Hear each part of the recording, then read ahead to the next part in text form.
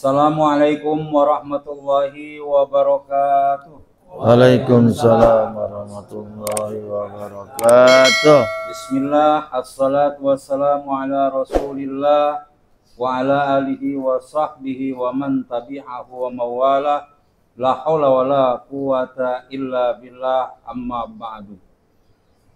Jamaah di studio dan pemirsa Darul Amanah Channel dimanapun Anda berada, jumpa lagi dalam bingkai acara ngopi. Pakai itu kali ini kita buat nanya teman. Ngobrol perihal Islam bersama Buya Haitami sambil ngopi. Alhamdulillahirabbil alamin. Saat ini guru kita sudah hadir di tengah-tengah kita dalam keadaan sehat walafiat. Di mana bulan lalu beliau sempat tidak hadir dikarenakan memang kesehatannya yang sedang terganggu. Alhamdulillah saat ini beliau sudah sehat berada di tengah-tengah kita dan siap memberikan ilmunya kepada kita semuanya. Semoga kita yang hadir dalam kesempatan kali ini di studio maupun pemirsa dimanapun berada akan bisa menyerap ilmu dari guru kita dengan penuh barokah insyaallah. Amin ya rabbal alamin. Pemirsa Darul Amanah Channel dimanapun Anda berada, jamaah di studio yang insya Allah sama-sama dirahmati dan dimuliakan Allah Subhanahu Wa Taala. Saat ini kita baru saja terlewati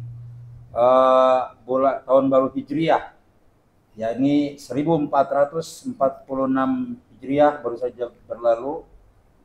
Saat ini kita sudah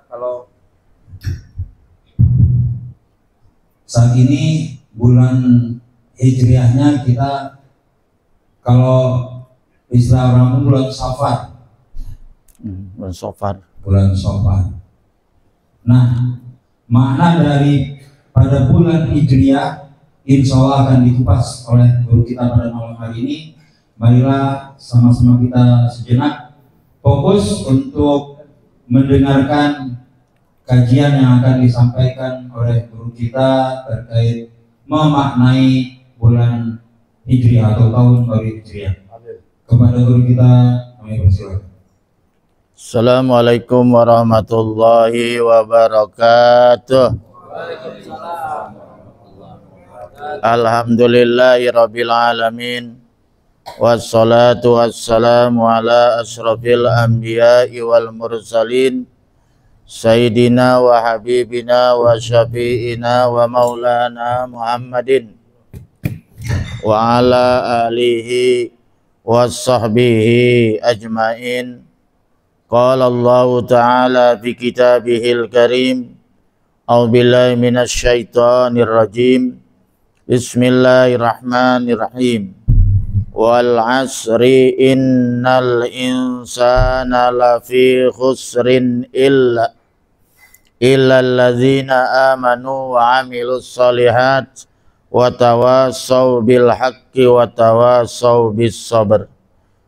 Rabbi israh li sadri wa yassir li amri wa hlul 'uqdatam min lisani yafqahu qawli. Rabbi zidni ilman nafi'a warzuqni fahman jaida fil laili wan nahar. Amma ba'du, yang saya hormati sahibul bait Bapak Haji Muhammad Adetiar beserta keluarga. Ada Muhammad ya? Nama baru. Semoga diberkahi oleh Allah Subhanahu wa taala. Juga yang saya hormati para jamaah sekalian, jamaah yang ngopi pada malam hari ini ngobrol perihal Islam dan didampingi oleh pembawa acara kita yang sedang naik apa ya? Naik daun takut jatuh ya. Yaitu Ustadz Adetiar. Kita baru saja beberapa hari yang lalu telah meninggalkan bulan Muharram. Bulan Muharram ini adalah bulan pertama di tahun Hijriah ya. Kalau Miladiyah itu Januari. Tapi kalau di tanggalan Hijriyah itu Muharram itu awal bulan. Yang terakhir Zulhijjah. Kalau Miladiyah yang terakhir Desember. Betul nggak? Tapi biasanya kita ini karena kalender yang resmi dipakai oleh pemerintah yaitu adalah Miladiyah. Terkadang kita lebih hafal ya kalender Miladiyah ketimbang Hijriah, tapi nggak apa-apa, nggak dosa. Sekedar administratif saja itu juga. Tapi kita sebagai umat Islam, siogianya harus open ya, harus mau mengerti, mau tahu tentang masalah yaitu Hijriah. Di tahun Hijriah ini ada namanya bulan Muharram. Di bulan Muharram itu ada namanya Yaumut Tasu'a tanggal 9. Ada juga namanya Yaumu Asyura, di mana kita disunatkan berpuasa. Tuh, santri saya tuh alhamdulillah pada puasa gitu. Bapak-bapak kalau anaknya, cucunya yang ada yang di pesantren saya, insya Allah puasa. Kalau nggak nyantren ya, wallahu a'lam bishawab dah ya. Gitu. Dan di bulan Muharram ini biasanya kita umat Islam merayakan tahun baru Hijriyah. Pak Haji Ade tuh biasanya tuh dia ngadakan obor keliling, dulu mah nggak tahu kemarin. Ngadain dia. Malah dia ikut mendanai ya. Mudah-mudahan itu menjadi amal soleh buat beliau. Paling tidak Pak Haji Ade Tiar telah mendidik generasi muda di sini bahwa tahun baru Hijriah itu adalah tahunnya umat Islam. Tahun barunya umat Islam. Mengingatkan pada generasi muda biar mau kenal. Nah, kita ini sudah meninggalkan 1 tahun yang lalu dan memasuki tahun berikutnya. Kita tutup biasanya dengan doa akhir tahun dan kita buka dengan doa awal tahun. Ya mudah-mudahan karena kita sudah buka dengan membaca doa awal tahun, setahun ke depan kita mendapat perlindungan dari Allah Subhanahu wa taala dari segala mara bahaya, malapetaka, dan juga mudah-mudahan setahun ke depan lebih baik daripada sebelumnya. Jika tidak, rugi kita. Rugi, betul nggak? Dalam sebuah keterangan yang kita sering dengar, man kana yaumuhu misla amsihi fahuwa khasir. Barang siapa yang hari ini sama dengan hari kemarin, nggak ada perubahan, sama kene, berarti kan jalan di tempat, ya kan? Rugi. Sementara waktu terus berputar, tik tik tik tik tik tik. Berapa detik loh? 60 detik, berarti 1 menit. Udah habis umur kita. Net 60 menit. 1 jam habis umur kita. Nggak terasa tuh. Sekarang kita bawa mancing aja tuh berjam-jam. Kita bawa ngobrol aja bisa berjam-jam, tuh nggak? Main handphone aja bisa berjam-jam. Nonton TV saja berjam-jam, nggak terasa tuh. Umur kita habiskan. Tuh nggak? Jam, seminggu, 7 hari. Tuh nggak? Go, bukan gagu ya. Go, sebulan. Berapa umur kita habis? 1 bulan 30 hari. Lan, setahun. Habis umur kita setahun. Apa yang kita lakukan selama 1 tahun? Apakah ada perubahan atau tidak? Atau jalan di tempat? Baik hal dunia maupun hal akhirat. Kalau dunia waktu tahun kemarin sama dengan tahun sekarang, rugi. Kalau secara ekonomi. Kemarin Pak Haji Ade belum melebarkan workshopnya, tapi tahun baru ini sudah dilebarkan di belakang, jadi lebih lega. Berarti Pak Haji Ade tidak jalan di tempat. Secara bisnis, secara ilmu ekonomi dia ada perubahan, berarti beruntung dia. Ini bukan ngerayu biar lebih besar lagi kiriman bulannya, bukan. Bukan, ini kan sebagai dorongan semangat, doa, betul nggak? Ya ada perubahan. Coba lihat sekarang lebih lebar kan? Nah, kemudian kalau ibadahnya tahun ini sama dengan tahun kemarin nggak duha, tahun ini nggak duha juga, ya rugi secara akhirat. Betul nggak? Sementara jarum jam terus berputar dan tidak akan terulang. Lan tarji'al ayyamul lati, lan itu artinya tidak pernah akan. Lan tarji'a dinasobkan, nggak boleh dibaca lan tarji'u kalau menurut ilmu nahu.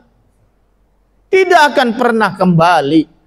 Roja'a yarji'u artinya kembali. Tidak akan pernah kembali. Apa yang tidak pernah kembali? Ayam, ya, bukan ayam jago ya. Ayam itu tidak ada yaumun, jamannya ayam. Hari-hari. Ya. Lan tajal ayamul lati madot. Tidak akan pernah kembali hari-hari yang telah kita lewati. Entahlah, enggak akan pernah kembali. Sampai hari kiamat enggak akan kembali. Itu masalahnya tuh. Jarum jam yang udah berputar kan enggak mungkin balik lagi. Ya sudah, yang pokoknya aja berputar terus dan berlalu. Begitu terus. Selama jam itu normal. Dan tidak pernah akan kembali lagi. Ini selama jarum jam berputar. Nah, sebanyak itu pula umur yang kita habiskan. Berapa umur kemarin? Berapa ente umur tahun kemarin? 48. Sekarang 49. Iya, usia tambah tapi umur kurang. Usia tambah jadi 49, tapi jatah hidupnya kurang. Di mana orang semakin tua semakin panjang umur? Nggak ada, semakin dekat sama mati. Kan begitu logikanya, betul nggak? Jatah hidupnya semakin berkurang. Berarti Bang Abdi ini jatah umurnya jatah hidupnya udah berkurang 1 tahun. Tapi orang nggak sadar. Tahu ya?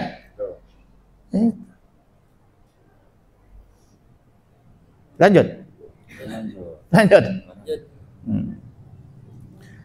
Oleh karena itu dalam rangka memaknai tahun baru Hijriah agar tidak sia-siakan ini hidup kita, maka saya akan menjelaskan surat Al-Asr. Surat Al-Asr ini surat yang keberapa ini? Hah? Saya nggak tahu ini urutan keberapa, coba nanti dilihat. Surat Al-Asr ini adalah, ada yang mengatakan surat Makkiyah. Apa itu Makkiyah? Makkah. Surat yang diturunkan di Mekah. 103 ya, surat 103. Tapi ada juga yang mengatakan Madaniyah. Surat yang diturunkan di Madinah. Tapi lebih populer ada yang mengatakan ini surat Makkiyah.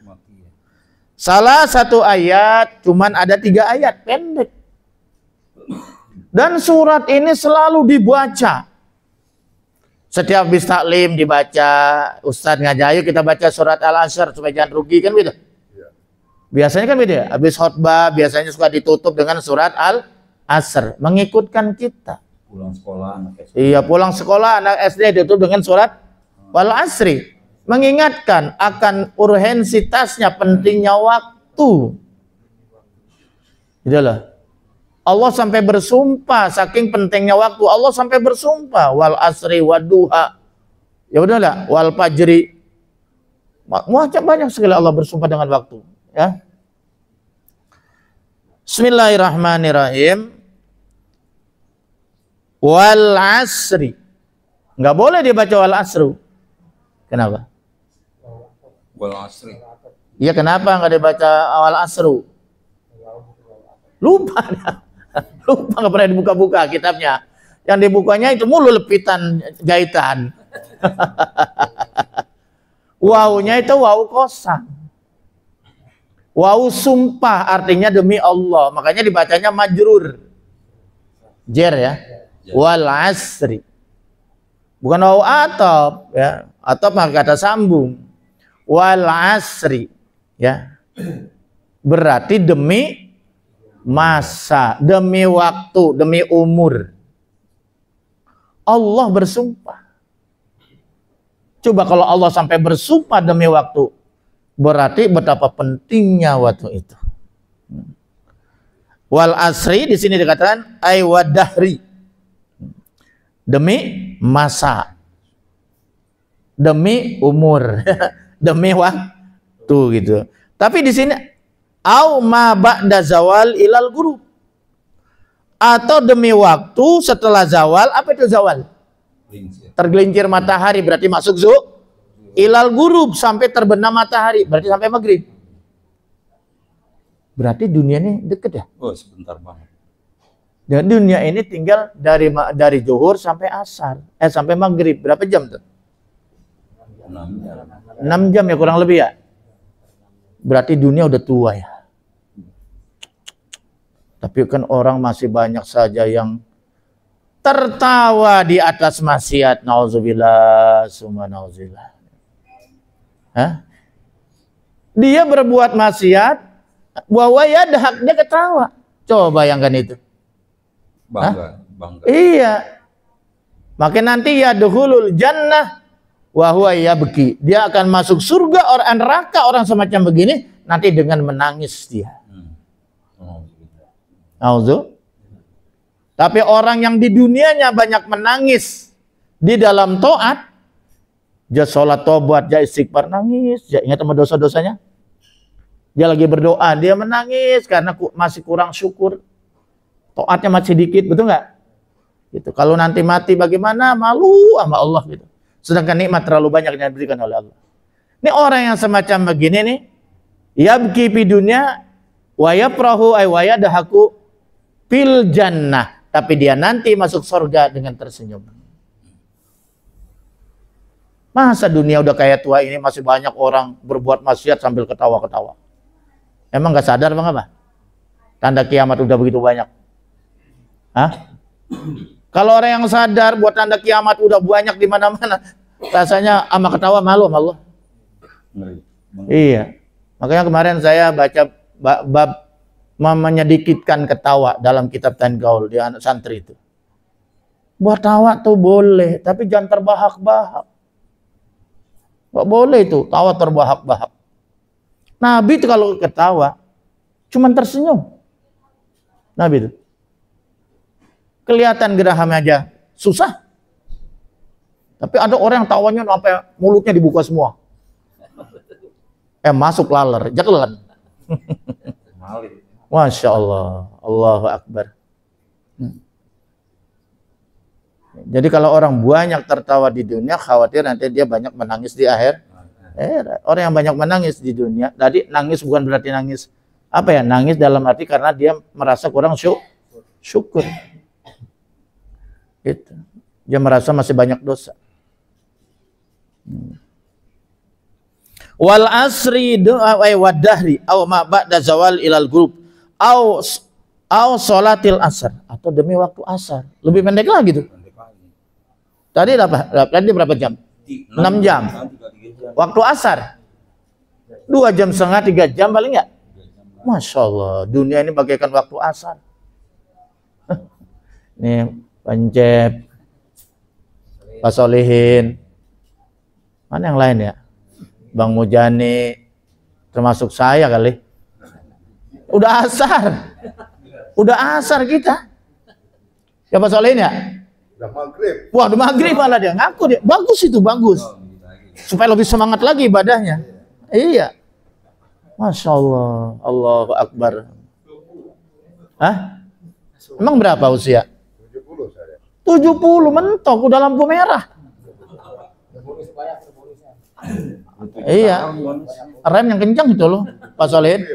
Iya, kata Nabi waktu ditanya gimana ya Rasul usia umatmu akhir zaman, baina sitin wa sab'in, antara 60 70. Lah saya masuk 63 ini. Usia Nabi. Mudah ditambah kemarin Haji Al-Munir teman CS saya. Dipanggil oleh Allah 63. Teman saya habis. Oh, nggak punya teman, udah sendirian. Untung dia ngaji di sini jadi punya teman. Kalau di Kalimantan itu saya temannya anak-anaknya teman saya. Masya Allah. Coba itu. Bersyukur kepada Allah. Betapa banyaknya nikmat dikasih oleh Allah. Masih bisa keliling Indonesia. Ke IKN udah belum?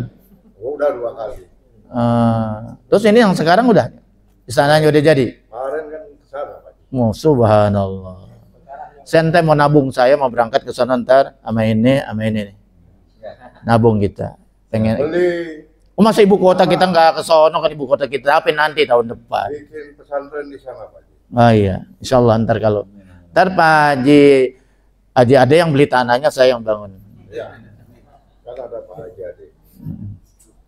Investasi akhirat. Amin, amin. Tanahnya masih murah Pak Ade. Sekarang mah masih 700.000 buat tahun besok. Kita lanjut. Oke, kita lanjut ya. Innal insana lafi khusr. Tapi kalau ngimamin saya bacanya begini. Innal insana lafi khusrin illa. Nah, di situ yang enak. Kalau dalam segi tafsir, tapi dalam segi bacaan qiraah mah boleh aja. Insana lafi khusr boleh, tapi yang enak lafi khusrin illa, kecuali komat dan balik lagi illal ladzina amanu wa amilus sholihat gitu. Kenapa? Karena kalau kita baca artinya begini. Innal insana mana tadi? Innal insana, sesungguhnya manusia. Inna lapaj al insan asalnya insanun, jamanya annas, ya. Insanun itu seorang manusia, tapi kalau annas manusia jamak. Ya. Masukkan lam alif, insanun masuk alif jadi al insan, namanya ta'rif ma'rifah dengan alif dan lam. Menurut ilmu usul fikih itu lil am. Apa lil am? Umum. Artinya apa? Innal insana, wa seluruh umat manusia, seluruh manusia. Atau manusia mana saja, begitu kali. Lebih tepatnya. Siapa saja yang merasa manusia. Gitu dah. Umum sih ya. Umum. Innal insana, ya. Sungguhnya siapa saja yang merasa manusia. Yang merasa manusia. Bukan binatang ini mah. Bukan tumbuh-tumbuhan, manusia. Lafi khusrin, sungguh berada dalam kerugian. Sungguh berada dalam kerugian. Kerugi apa? Karena tidak menggunakan waktu, tidak menggunakan umurnya dengan baik. Wal asri, demi umur, demi waktu. Innal insana, sungguhnya manusia, lafi khusrin, sungguh berada dalam kerugian. Karena dalam illa. Nah ini, itu tadi lil am, kemudian ditaksis ayat berikutnya. Illal ladzina amanu wa amilus sholihat. Itu ditaksis. Artinya apa? Tidak semua manusia berada dalam kerugian. Masa Allah menciptakan manusia di muka bumi ini hanya untuk rugi? Kan enggak mungkin. Betul enggak? Jadi ada manusia nggak rugi. Mudah-mudahan kita masuk ini. Amin. Amin apa? Amin. Amin sekarang mah bebas, sudah nggak ada unsur politik. Karena amin udah kalah. Illal ladzina amanu, kecuali orang-orang yang Tuh, alhamdulillah kita orang apapun partai politiknya, apapun pilihan gubernurnya nih besok, selama dia beriman, insya Allah dia tidak rugi. Betul nggak? Mau orang Jawa, mau orang Sunda, mau orang Kalimantan, mau orang Papua, betul nggak? Selama dia beriman, dia tidak rugi. Emang Allah tadi mengatakan wal asri, demi waktu, demi masa, demi umur, sungguhnya manusia dalam kerugian. Itu sifatnya umum, ya kan? Ini ditafsir dia dengan ayat berikutnya, ini namanya taksis. Illal ladzina amanu, kecuali orang yang beriman kagak rugi. Makanya kalau ngimamin dalam sholat yang paling bagus bacanya wal asr innal insana lafi khusrin illa, sungguhnya manusia semua dalam kerugian kecuali. Nah berarti ada sambungannya kan? Kalau lafi khusr, nah itu manusia semuanya dalam kerugian. Kalau titik, wah lo kan manusia semuanya rugi, ya kan? Illa, kecuali, diulang lagi, illal ladzina amanu wa amilus sholihat, kecuali orang-orang yang beriman dan beramal. Tuh. Jadi orang yang menggunakan umurnya, Pak Solihin, karena dia paling tua saya beri contoh. Pak Solihin dikasih umur sampai 70 tahun.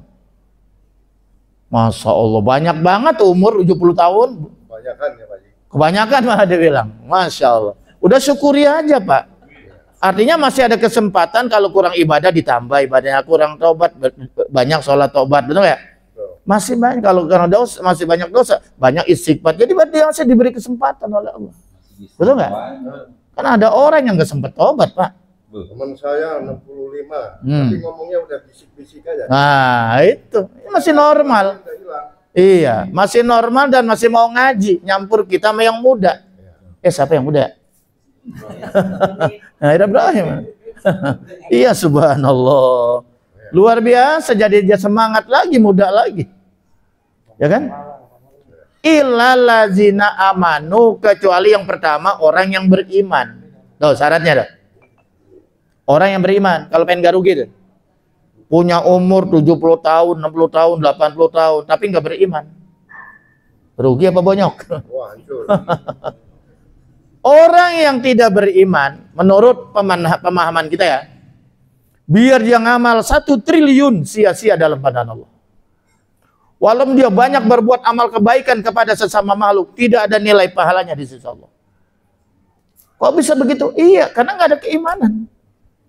Amal ibadah kita itu bisa nyambung sinyalnya kepada Allah, bisa mendapat pahala dari Allah kalau beriman. Gitu loh. Kecuali beriman. Jangankan nih orang beriman ya. Tabassumuka liwajhi ahika laka sodaqah. Itu orang beriman mah.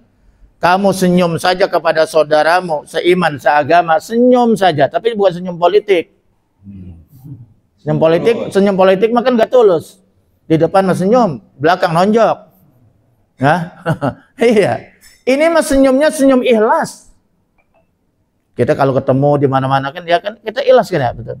Assalamualaikum, waalaikumsalam, berjabatan tangan kan. Berjabat tangan saja sebelum dia berpisah, gufirallahuma qabla ayatafarraqa, kata Nabi. Sebelum dia berpisah akan diampuni dosa-dosa kecil. Apa enggak enak jadi orang beriman? Senyum kepada saudaranya itu ibadah, sodako. Sodako duit yang nggak punya. Nggak punya duit banyak kita main. Udah senyum aja yang banyak. Sedekah itu. Kalau pengen lebih banyak lagi, ambil kursi duduk di depan rumah. Depan rumah kebetulan banyak orang lewat, senyum. Orang lewat, senyum. Janda muda lewat, senyum. Nenek-nenek lewat, merem. Gak ada orang senyum. Iya. Tengah malam senyum. Ngapa orang tetangga gua ya sebelah? Iya. Bayangkan itu. Senyum saja ibadah, bersalaman saja diampuni dosa. Membuang benda-benda yang mengganggu orang lewat di jalan, membuang duri, membuang paku. Masya Allah, menjadi sedekah, menjadi ibadah. Itulah orang yang minum. Contoh nih, contoh. Emang aus lagi. Nih minum. Ya karena disuruh minum, disuruh minum ya. Bismillahirrahmanirrahim. Ya Allah, saya minum biar sehat buat ibadah. Alhamdulillah. Setelah minumnya, alhamdulillah, jadi ibadah. Pahala. Itu baca bismillah nggak? Pak Komandan baca bismillah nggak ada dimakan buah? Oh iya, mantap. Luar biasa. Kita mau makan, baca bismillah dulu. Makan kan urusan dunia, betul nggak? Makan urusan dunia, minum urusan dunia, urusan perut. Kerja, kita nyari duit di bengkel, di perusahaan, di apa saja pemerintahan, itu kan urusan dunia. Tapi karena kita niatkan ini karena bismillahirrahmanirrahim, bismillah tawakkalullah, saya mencari rezeki yang halal untuk menakan anak istri saya. Ibadah itu. Maka itu keringat yang netes juga jadi nilai ibadah, pahala. Asal kerjanya kerja yang halal. Tidur baca doa dulu, zikir dulu, maka sepanjang tidur bernilai ibadah, walaupun ngorok. Ya, ibadah itu. Itu orang beriman. Ajaban li amril mu'minin. Maka Nabi itu terheran-heran dengan urusannya orang beriman. Nabi sendiri heran dengan urusan orang beriman. Semuanya bernilai kebaikan, nilai ibadah. Karena orang-orang beriman itu kalau dikasih kebaikan dia bersyukur, itu kan baik, ibadah, betul gak? Kalau dikasih ujian dia bersabar, itulah orang beriman. Kesabar itu adalah menjadi kebaikan. Luar biasa, saudara. Tapi orang yang tidak beriman kepada Allah tidak ada. Tidak ada. Syaratnya beriman dulu. Dia puasa tidak sah, dia sholat tidak sah. Banyak orang non-muslim puasa, tapi kan hanya sekedar olahraga aja. dapat kesehatan dunia, tapi pahala kan tidak ada. Karena mereka tidak wajib puasa. Mereka wajib beriman dulu, baru wajib puasa.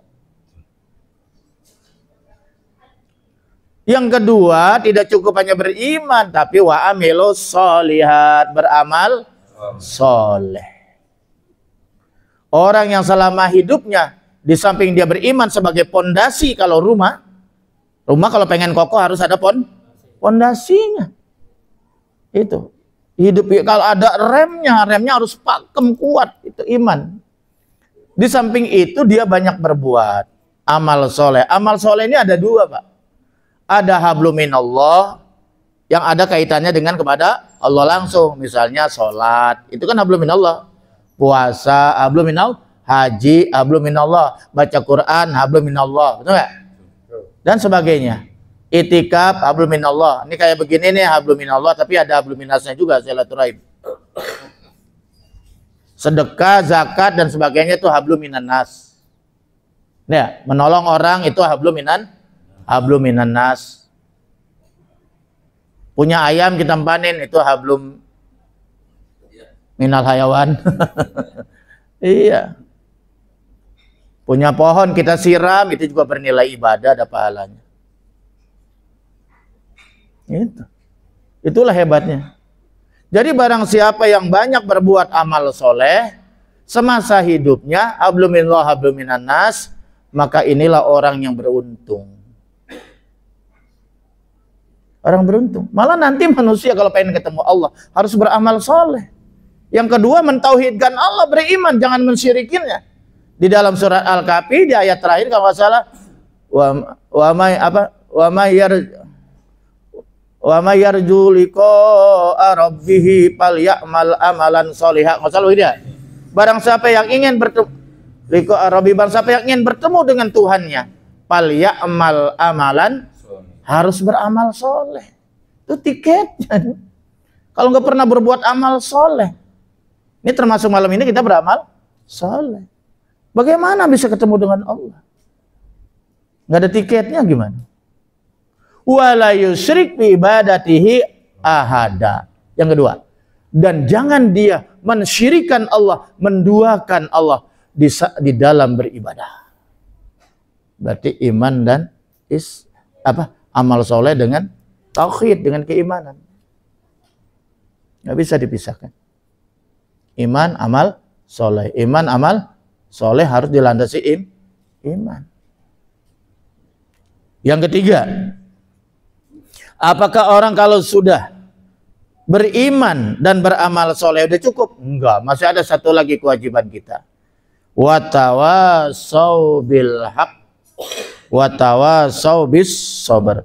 Ausa ba'dohum ba'do. Watawasau itu artinya ausa ba'dohum ba'do. Saling berwasiat, saling berpesan. Ya dakwah, itu enggak?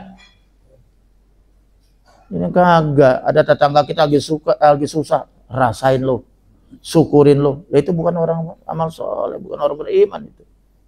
Kalau saudara kita lagi kesulitan, kita tolong, kita bantu sesuai kemampuan kita. Kalau enggak, minimal ya dengan kata-kata lah. Udah bantu dengan duit kagak, tenaga kagak, malah nyumpahin. Nggak boleh. Saling berwasiat, saling berpesan, sabar, sabar, gitu. Iya, ini dengan doa. Jadi kita punya kewajiban dakwah, ya, itu. Watawasau bil haq, watawasau tadi artinya saling berwasi, saling berpesan, saling mengingatkan. Bil haq, bil haq di sini apa? Ai bil iman, dengan iman, dengan kebenaran. Berwasiat dengan kebenaran, dengan keimanan. Ada anak kita mau sembahyang subuh susah banget, dakwain dong. Bangunin baik-baik, enggak juga. Ya, diapain lah kira-kira ya, dikitikin, enggak bangun juga. Ambil air, kipritin matanya, enggak juga, gabukin aja. Lah, kata Nabi, punya anak umur 7 tahun, ajarin sholat. 10 tahun masih nggak mau sholat, pukul, kata Nabi. Ayo. Kita wajib berdakwah paling tidak itu di lingkungan rumah tangga kita. Istri kita nggak pakai hijab, suruh pakai hijab, itu kan dakwah, betul nggak? Betul nggak? Anak kita nggak sholat, suruh sholat. Kalau kita nggak suruh, kita namanya belum melaksanakan wa tawassaw bil haq. Itu ada maksiat di dalam rumah tangga. Ya toh? Wa tawassaw bis sabr. Wa tawassaw bis sabr, yaitu ala ta'ah anil maksiat di sini. Dan juga saling berpesan wasiat dengan kesabaran. Kesabaran ini ada dua di sini. Anit ta'ah ala ta'ah, sabar di dalam menjalankan taat. Emang orang yang belum rajin ngaji kan susah makin diempos dulu. Entar mah kujak lama-lama aja doyan, gak pakai disuruh, betul gak ya? Woi ngaji yuk, ya siap gitu. Awalnya mah kan susah. Orang yang belum terbiasa sholat berjamaah tuh berangkatnya berat. Ya. Padahal sholat subuh itu berjamaah subuh itu kan VIP, bintang 5 itu. Tapi kan banyak orang banyak subuh tidur. Eksekutif lah. Iya, Masya Allah, kelas eksekutif itu. Sholat subuh mah. Apalagi sholat sunnah subuh itu.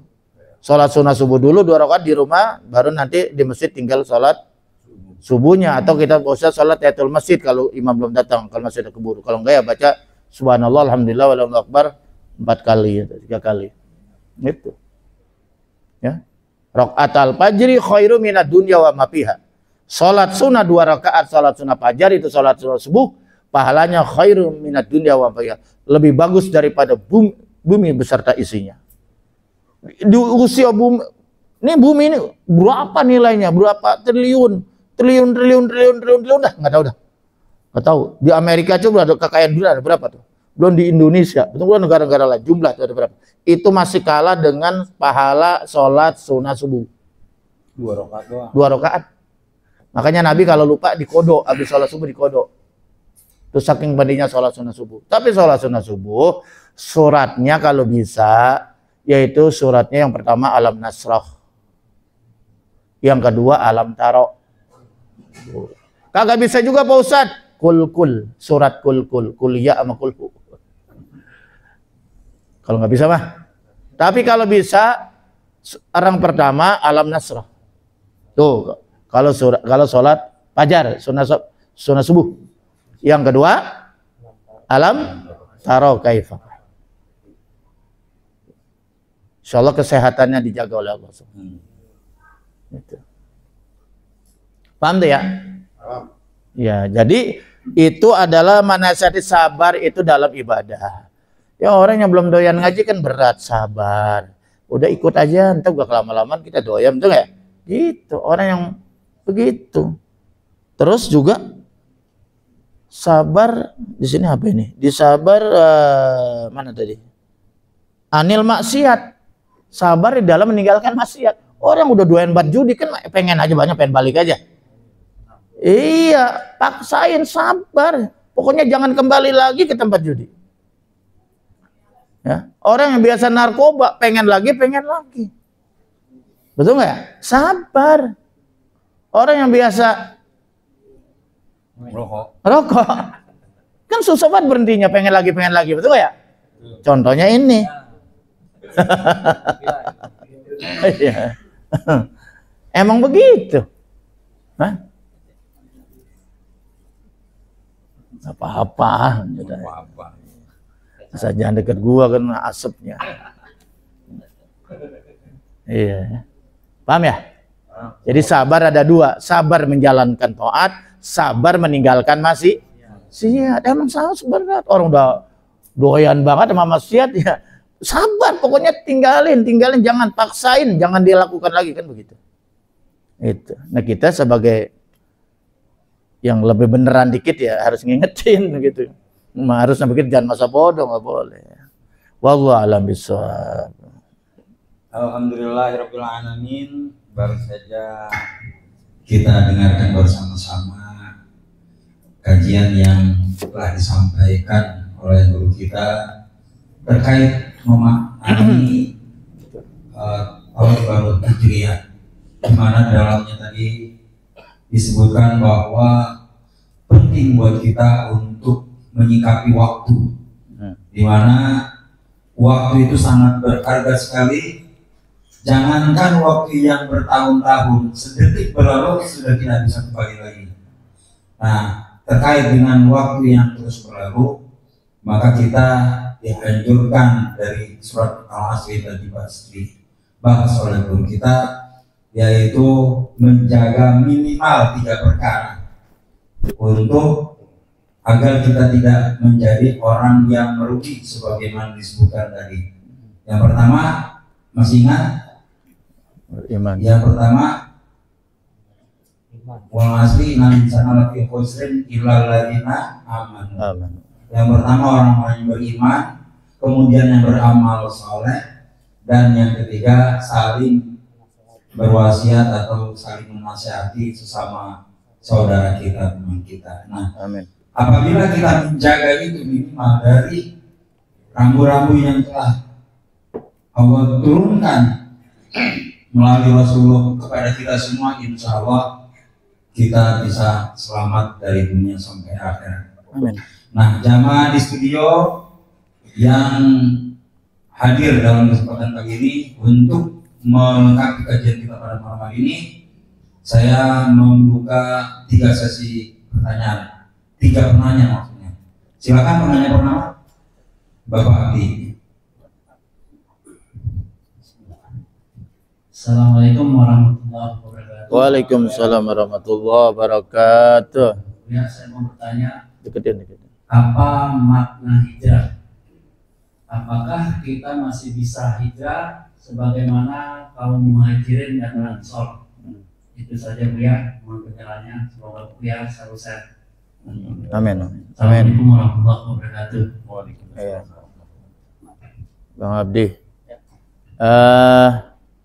Hijrah itu artinya pindah ya. Pindah dari satu tempat ke tempat lain, dari satu masa ke masa yang lain, dari satu keadaan yang lain. Itu. Oleh karena itu hijrah bisa dibagi 3. Hijrah bisa dilihat min haisul mahal, min haisul makan, tempat. Nabi hijrah minal Makkah ila Madinah. Kita nggak bisa tuh. Ada seorang orang Makkah Madinah tapi umroh, haji gitu ya. Itu haji Nabi dulu hijrah dari Mekah ke Madinah bersama muhajirin ya. Nah, muhajirin itu orang Mekah, penduduk asli Mekah yang pindah ke Madinah bersama Rasulullah memperjuangkan agama Allah. Ansor itu penduduk asli Madinah, kaum Yasrib lah, penduduk Yasrib dulu namanya Yasrib, diganti sama Nabi. Jadi Madinah Al-Munawwarah, kota yang bercahaya, indah sekali namanya. Gitu.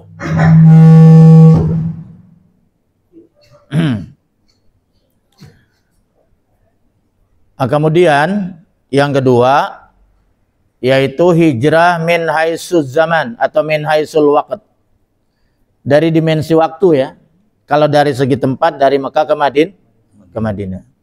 Dari segi waktu yaitu ya sudah 15 abad yang silam ya. Kita tidak mungkin melakukannya karena kita terlambat lahir ya. Jauh sekali. Itu sudah dilakukan oleh Nabi beserta para sahabat hampir 15 abad yang silam. Itu. Dan kemudian yang ketiga mungkin bisa min haisul makna.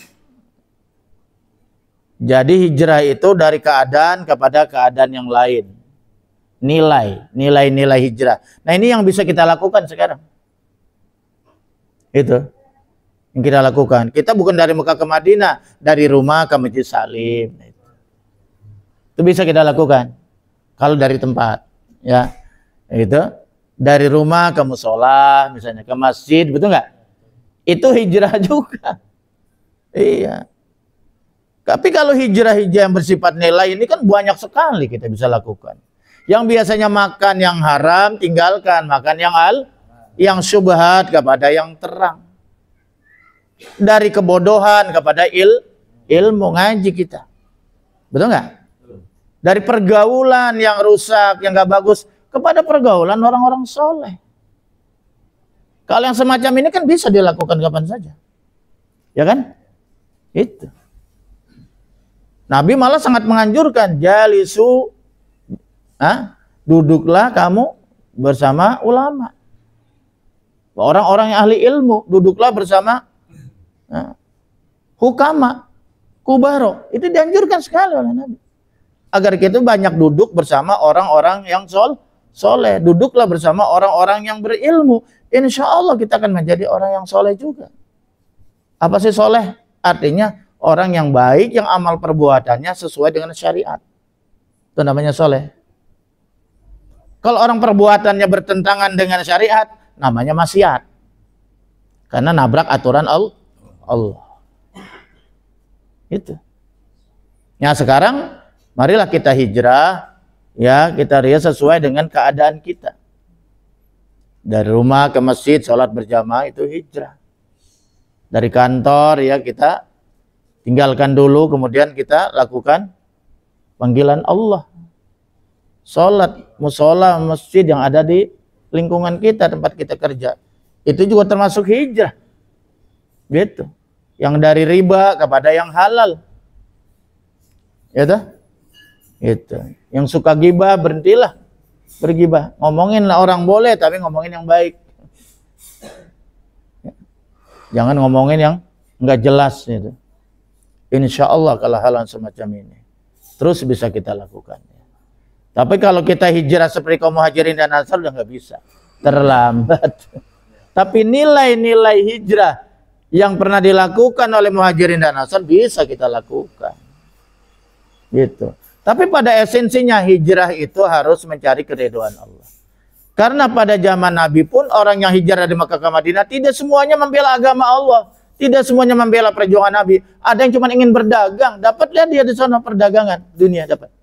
Ada yang ingin mengawini wanita-wanita Ansor, ya dapat itu juga. Makanya Nabi bersabda, innamal a'malu bin niyah wa innamal likulli imri'in ma nawa. Segala amal perbuatan manusia itu tergantung niatnya. Dan setiap orang itu tergantung apa yang dia niatkan. Niatnya apa gitu loh. Bang Abdi kemarin niatnya apa? Kalau niatnya cuma makanan, dapat makanan, pahala nggak dapat. Tapi kalau niatnya ingin mencari keridhaan Allah, menolabul ilmi, dapat dua-duanya. Betul nggak? Itulah hebatnya niat itu. Wallahu a'lam bishawab. Alhamdulillah, pertanyaan dari Bapak Abdi sudah dijawab, sudah jelas ya Pak Abdi ya. Jadi saat ini kita masih bisa melakukan hijrah bil makna. Hijrah dari sesuatu Nilai. Hijrah dari sesuatu yang Kegedean. belum baik Cilin dikit. kepada sesuatu yang lebih baik. Yang tadinya tidak pernah sholat menjadi sholat selalu. Yang tadinya sholatnya di rumah, kemudian sholatnya di masjid. Yang tadinya cuma ikut-ikutan ngaji, sekarang ngaji beneran. Sesuai agendanya, sesuai niat. Oke, untuk penanya yang kedua, Bapak Ibrahim silakan. Assalamualaikum warahmatullahi wabarakatuh. Waalaikumsalam. Mohon izin bertanya enggak Iya, tentang iman dan amal soleh. Apakah iman dan amal soleh bisa dipisahkan satu sama lain? Kemudian pertanyaan yang kedua, bagaimana pandangan ahli sunnah wal jamaah tentang hal tersebut? Atas penjelasannya saya ucapkan terima kasih ya. Wassalamualaikum warahmatullahi wabarakatuh. Waalaikumsalam. Bang Ibrahim, tadi masalah iman dan Islam kita udah jabarkan ya. Kemudian bagaimana pandangan iman dan Islam itu bisa dipisahkan enggak? Iman dan amal soleh. Begini, iman itu adalah ibaratnya satu bangunan, yaitu pondasi. Ibaratnya satu rumah ya. Tapi kan rumah nggak cukup pondasi doang. Buat apa pondasi doang? Kata orang, itu ngapain orang bangun rumah cuma pondasi doang, nggak jadi-jadi. Nggak bisa ditempati, nggak bisa ada manfaatnya, betul nggak? Bagaimana kita bangun rumah bisa bermanfaat, bisa berteduh dengan keluarga? Ya harus ada tiangnya. Apa lagi? Ada pagernya, betul nggak ya? Ada atapnya, ada jendelanya, ada pintunya biar bisa masuk, betul nggak? Ya kita anggap aja itu semuanya amal soleh. supaya hidup kita ini bermanfaat. Gitu. Jadi orang yang beriman, kalau dia berbuat amal soleh harus dilandasi iman. Ya, orang Islam berbuat amal soleh, sholat, harus ada landasannya apa? Iman. Nah kalau dia nggak ada landasan iman, dia sholat kepada siapa? Ya sia-sia. Sholat itu harus karena Allah, gitu ya. Nah, puasa ya karena Allah. Gitu. Jadi harus iman dulu kepada Allah. Tapi orang yang beriman juga harus beramal soleh. Harus Islam. Ya kan? Kalau beriman doang, cuman percaya doang. Ya. Beriman pada Allah, percaya saya. Percaya kepada Allah, percaya banget saya pada Allah. Percaya pada Rasul, percaya. Hari kiamat, percaya. Semua saya percaya. Sholat kagak. Enggak Islam. Kejawen itu namanya. Betul nggak? Aliran apa itu kita deh? Cuman percaya doang tapi nggak sembahyang. Ya asal ingat juga udah, kan sembahyang asal ingat aja ada sama Tuhan. Yang penting akhlak bagus. Sholat itu akhlak kepada Allah. Puasa itu akhlak kepada Allah. Kan akhlak juga. Betul nggak? Iya, kita berzikir itu akhlak kita kepada Allah. Jadi orang yang beriman, ya memang harus berbuat amal soleh. Karena amal soleh itu adalah aplikasi pembuktian kita, keimanan kita kepada Allah. Kalau Anda beriman kepada Allah, buktikan dong. Betul nggak? Suruh sholat, ya sholat. Suruh puasa Ramadan, ya puasa. Suruh haji, kalau mampu ya haji. Betul nggak? Suruh zakat, ya zakat. Jangan dipisah-pisah. Nggak bisa dipisah. Iman dan amal soleh itu satu kesatuan. Ibarat dua sisi mata uang. Orang yang beriman mesti beramal soleh. Orang yang beramal soleh harus dilandasi iman. Kalau tidak landasi iman, tidak sah. Ada loh banyak orang non muslim puasa, cuman karena toleran temannya muslim satu kantor misalnya. Ya nggak apa-apa juga, tapi kan nggak dapat pahala. Cuman dapat pahala dunia saja. Paham ya Bang Ibrahim? Nah bagaimana pandangan Ahlussunnah wal Jamaah? Ya pandangan Ahlussunnah wal Jamaah ya memang seperti itu, tapi berbeda dengan paham Khawarij yang kemudian membentuk menjadi Khawarij gaya baru namanya ISIS. ISIS itu adalah dari paham Khawarij gaya baru. Khawarij itu iman dan amal soleh itu identik. Gitu. Orang yang beramal soleh, orang yang beriman kepada Allah harus sholat. Kalau nggak sholat, wajib dibunuh. Kafir dia. Itu. Jadi identik persis.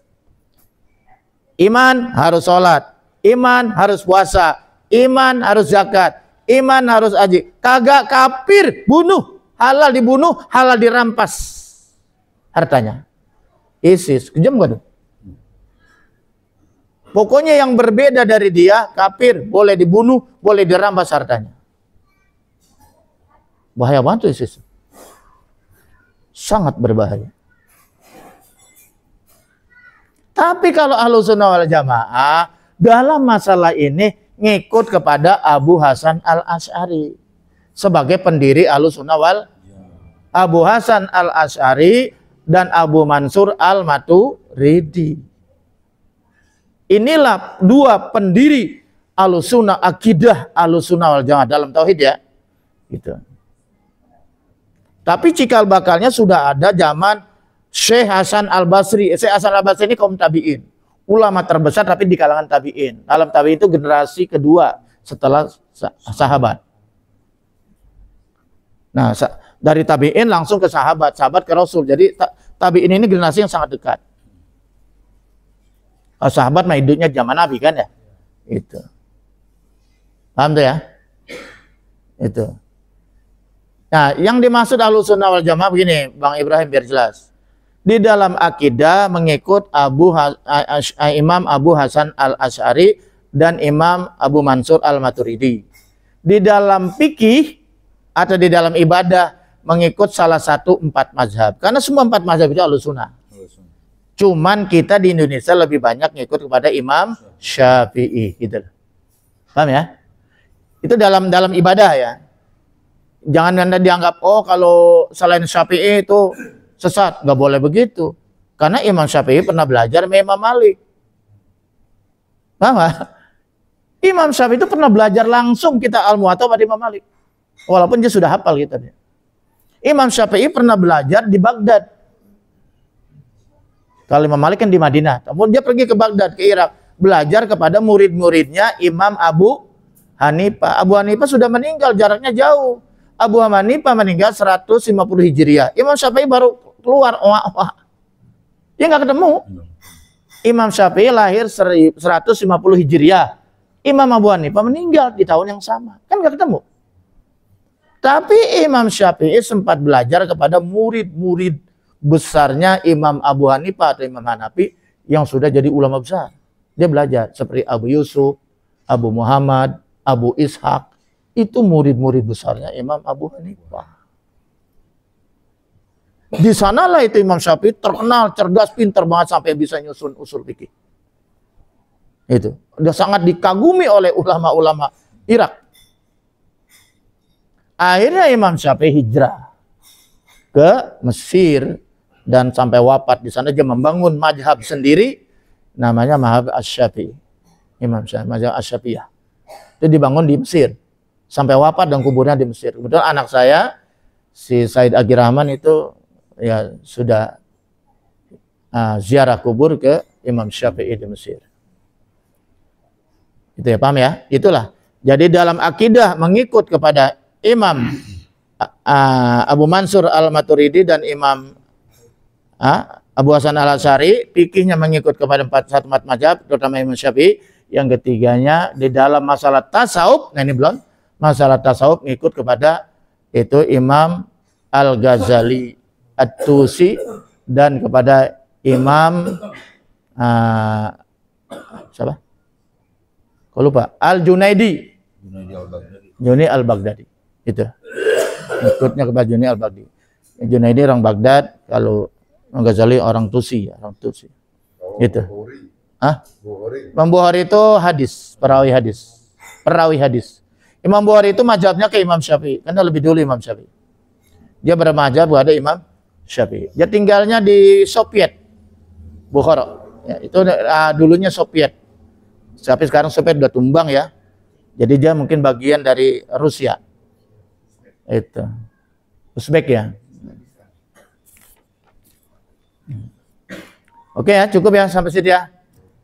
Jadi pemahaman Abu Mansur pahaman Ahlussunnah Jamaah tadi ya. Bagaimana pahaman Ahlussunnah Jamaah?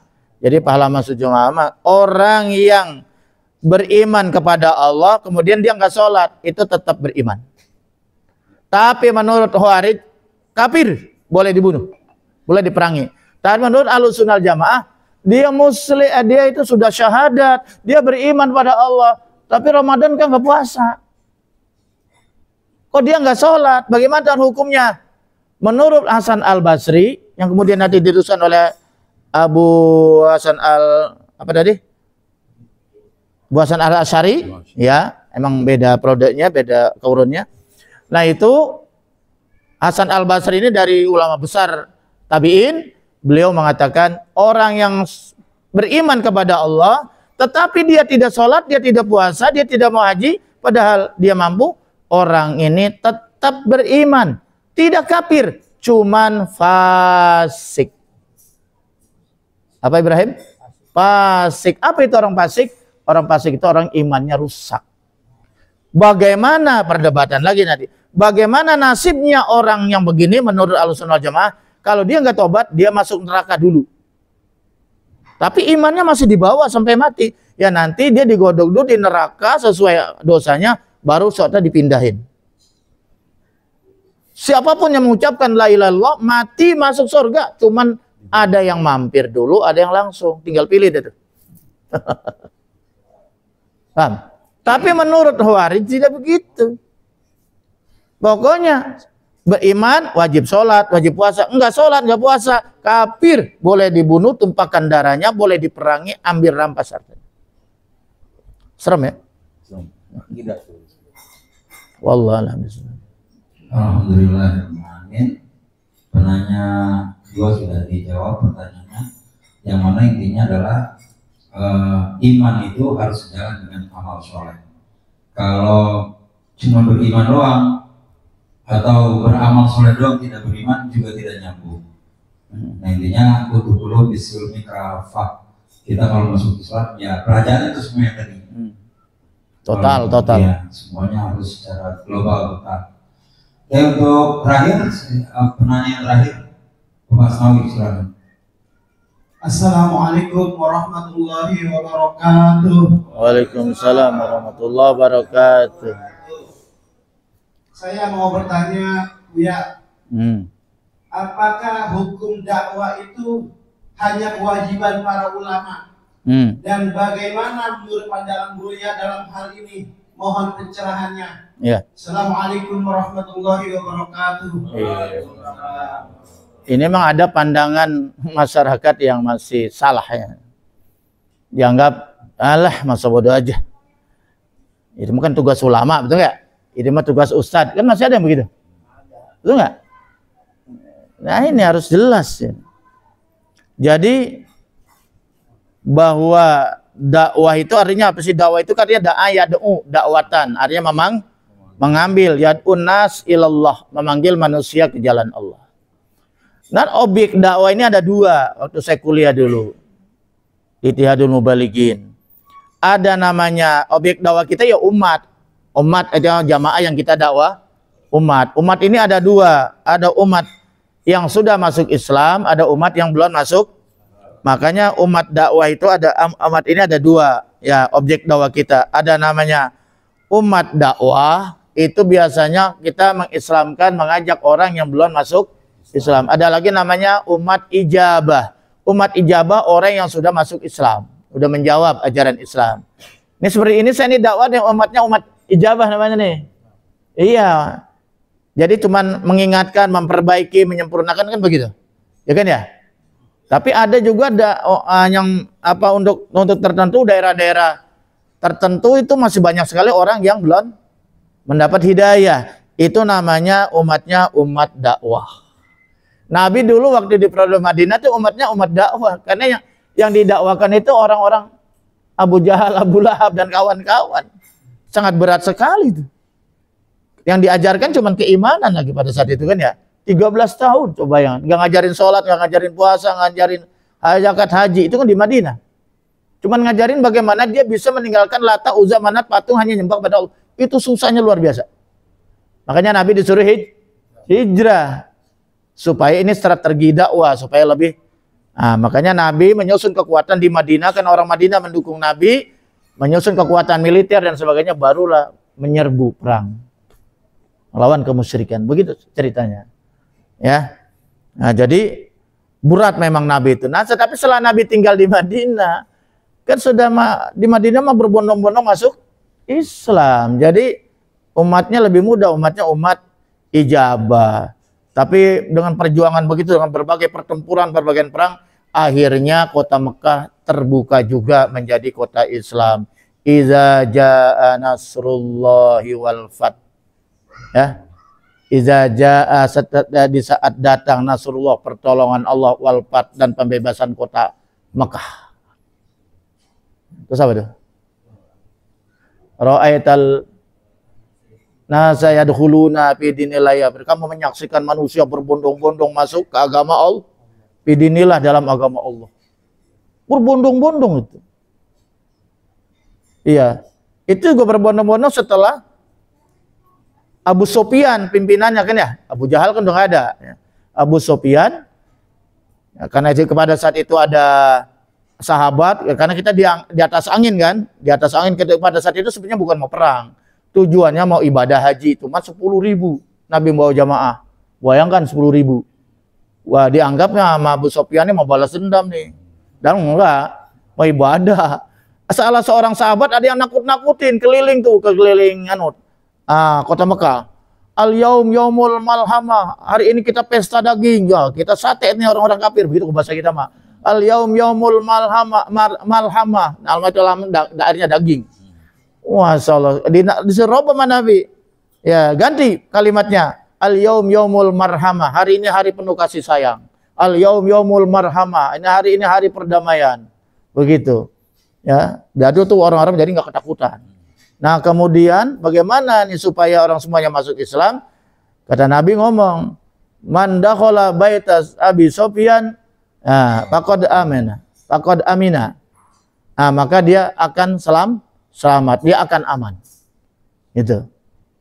Nah, masuklah tuh Abu Sufyan dipuji begitu dalam kondisi tertekan dan terdesak, masih dihormati oleh Nabi. Barang siapa yang masuk rumah Abu Sufyan, dia akan aman. Syahadat langsung Sufyan. Dalam kondisi ketakutan, dalam kondisi di jurang, tertekan, masih dihormati oleh Rasulullah. Itulah hebatnya dakwahnya Rasulullah. Bukan goblok lu, tolol lu, setan lu, dajjal lu, bukan begitu. Dasar iblis gitu. Istana iblis, nggak begitu. Nah, Rasulullah itu dakwahnya birrahmah, dengan penuh kasih sayang. Itulah Rasulullah. Makanya masuk Islam syahadat. Nah, kalau bosnya saja udah baca syahadat Abu Sufyan, dia berbondong-bondong masuk Islam. Itulah turun ijazah Nasrullah. Berbondong-bondong, tapi ada yang kagak dapat hidayah, kabur, kacir kemana-mana. Ada. Emang hatinya udah beku, nggak terbuka. Tapi mayoritas rata-rata masuk Islam bersama Abu Sufyan. Nah, sejak itulah kota Mekah terbebas dari Lata, Uzza, Manat, dihancurkan semua itu, puluhan patung dihancurkan semua yang mengotori Ka'bah, kemudian sorot Darul Islam, menjadi negeri Islam. Makanya disebut Fathu Makkah, pembebasan kota Mekah, kemerdekaan kota Mekah. Nah, kemudian apa itu hukum dakwah? Nah, hukum dakwah itu ada yang bersifat pribadi, artinya fardu ain. Ini kita wajib, tadi kan sudah jelaskan. Wajib kita berdakwah pertama untuk diri kita sendiri. Kita mengaca, kita digaca. Lo dikasih umur panjang begini, kesehatan, masa nggak sholat? Itu kan dakwain diri kita namanya, betul nggak? Nah, enggak, malu lo sama Allah. Tunjuk-tunjuk tuh gambar kita tuh di kaca. Betul nggak? Nah, lihat tuh, jenggot lo udah putih. Maaf, ada yang berjenggot. Oh iya. Gigi lo semakin berkurang. Habis, dengkul udah pada lemes. Masih saja kamu nggak mau ke masjid, betul nggak? Malu sama umur, malu masih ya dikasih umur panjang Allah. Tuh kita dakwah sama diri sendiri tuh di kaca tuh. Malu nggak kira-kira gue? Iya, entah aja pergi ke masjid aja malu. Dakwah kepada istri, ajak dekat jalan Allah, dakwah kepada anak kita, itu kewajiban kita, betul ya? Kewajiban kita hukumnya fardu ain dulu.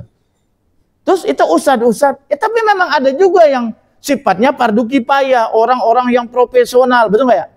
Dakwah ini harus ada dilakukan oleh orang yang benar-benar profesional, yang pintar ngomong, dalil-dalilnya emang dia tugas dia, betul nggak? Kan nggak semuanya orang bisa. Nah, ini yang begini harus ada untuk menyeruin orang-orang banyak, betul nggak? Harus ada, tapi sifatnya ini bukannya fardu ain, fardu kifayah. Wal takum minkum ummatu yad'una ilal khair ya'muruna bil ma'ruf wa yanhauna 'anil munkar wa ulaika humul muflihun. Kalau salah surat Ali Imran 104. Itu. Wal takum minkum di situ bisa Muhammadiyah. Lembaga dakwah, betul enggak? Apalagi Ihyatul Mu'abligin, apalagi Nadatul Ulama, NU. Itulah berdiri kelompok-kelompok itu, lembaga-lembaga dakwah. Karena dari ayat ini, betul enggak? Ada persatuan mubalik, persatuan da'i. Ini dari ayat ini. Pasda bima tu'mar wa arid anil musyrikin. Ini kalau nggak salah surat Al-Hijr ya, 794. Nah, ini sifatnya pribadi. Nah, tapi kan ada hadis juga ya, man ro'a. Ini saya dulu kelas 2 apa ini diajarin mau di surah Al ini. Man ro'a minkum munkaran. Barang siapa yang melihat kemunkaran, di antara kalian ada yang melihat kemungkaran, ada judi di depan rumah,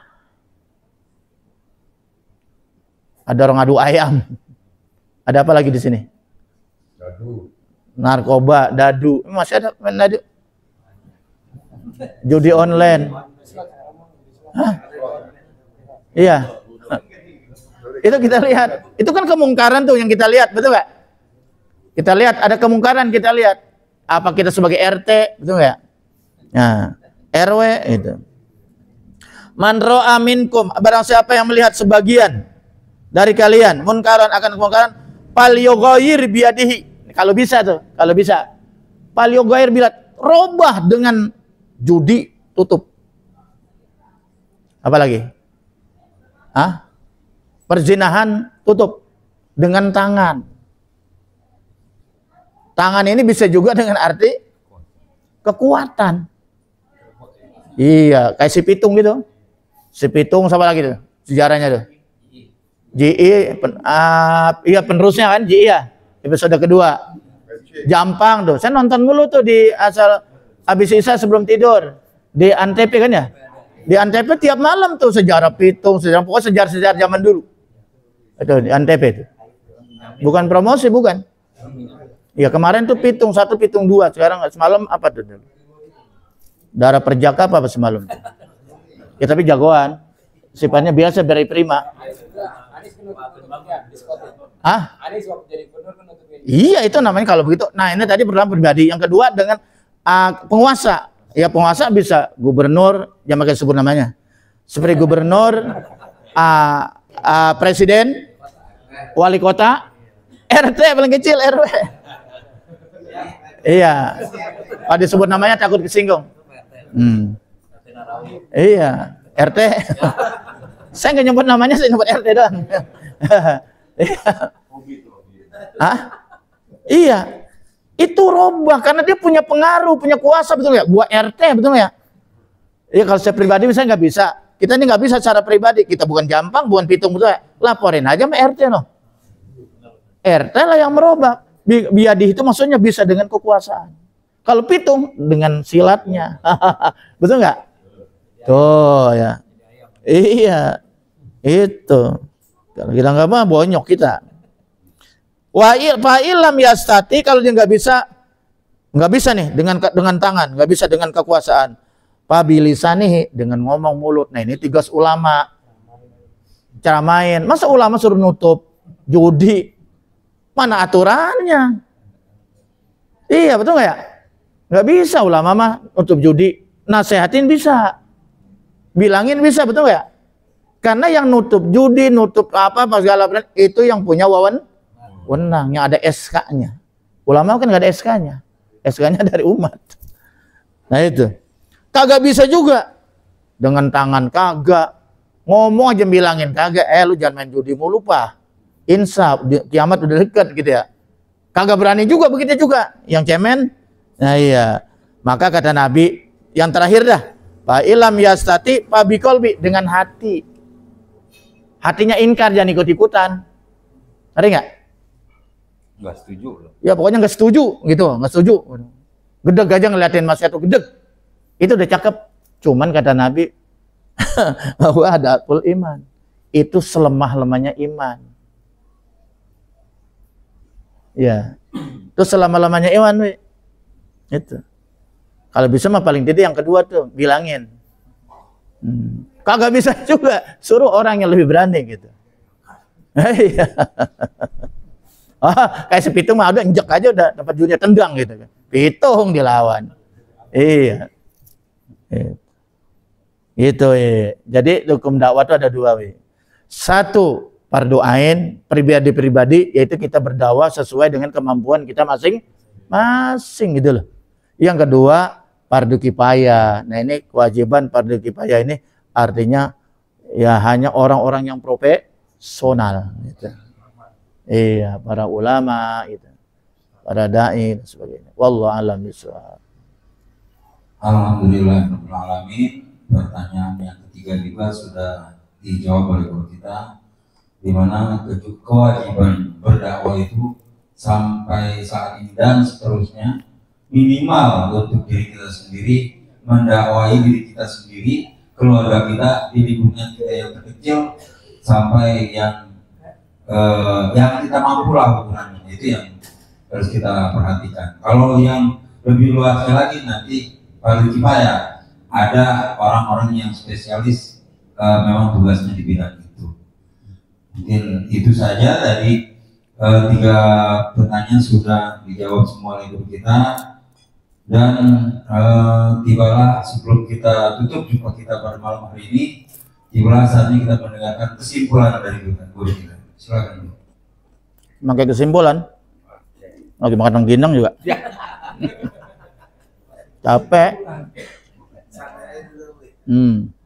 Jadi begini. Ya, karena kita sudah memasuki tahun baru Hijriah ya.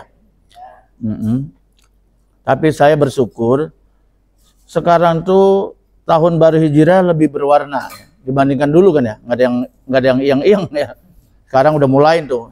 Bahkan pemerintah pun di daerah-daerah banyak yang memperingati Hijriah, benar ya? Banyak, pemerintah juga banyak dengan acara-acara budaya Islam gitu ya.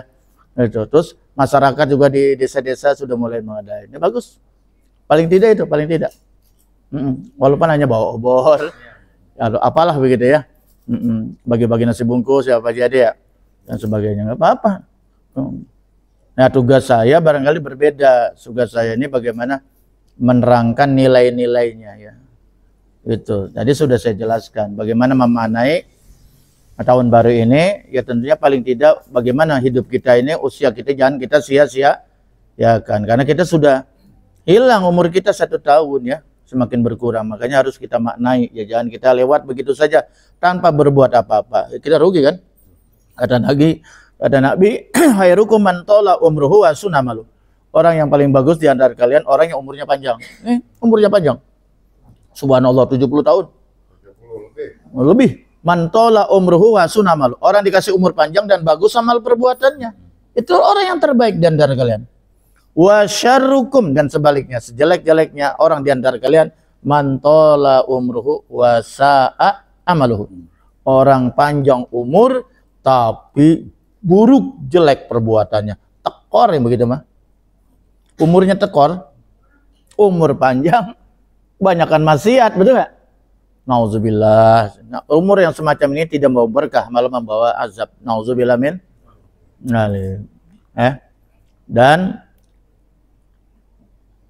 man kana yaumuhu misla amsi fahuwa khasir. Barang siapa yang hari ini tahun ini sama dengan tahun kemarin, rugi dia. Enggak ada perubahan. Enggak ada perubahan, jalan di tempat. Wa man kana yaumuhu syarran min amsihi fahuwa halik. Nauzubillah. Barang siapa hari ini tahun ini lebih buruk dari tahun kemarin, berarti dia hancur, kehancuran bagi hidupnya. Lebih buruk, bukan jalan ke depan, jalan ke belakang. Belakang ada comberan, mending comberan kalau laut. Nah itu. Kemudian yang ketiga, man kana yaumuhu khairan min amsi fahuwa rabih. Nah ini yang enak nih. Barang siapa tahun ini lebih baik daripada tahun kemarin, berarti dia rabihun, beruntung. Bagus-bagus sih beruntungnya dunia dan akhir. Dunianya lebih maju, akhiratnya lebih tambah. Ibadahnya maksudnya. Nah, wallahu a'lam bishawab. Alhamdulillahirabbil alamin. Kajian kita pada malam hari ini telah usai sampai di titik kesimpulan yang telah disampaikan oleh guru kita. Semoga harapan kita, pertemuan kita pada malam hari ini diberkahi oleh Allah Subhanahu wa taala dan kita semua dapat menyerap ilmu dari guru kita sehingga menjadi ilmu yang barokah, manfaat dunia akhirat untuk kita dan keluarga kita semua. Amin. Sebelum kita tutup bertemu pada malam hari ini, mari sama-sama kita membaca doa kafaratul majlis. Bismillahirrahmanirrahim. Subhanaka Allahumma wa bihamdika asyhadu an la ilaha illa anta astaghfiruka wa atubu ilaik. Walhamdulillahirabbil alamin. Demikian jumpa kita pada malam hari ini. Saya Nabi dan Buya Haitami mengucapkan terima kasih atas segala perhatiannya. Mohon maaf atas segala kekurangan. Wassalamualaikum warahmatullahi wabarakatuh. Waalaikumsalam warahmatullahi wabarakatuh.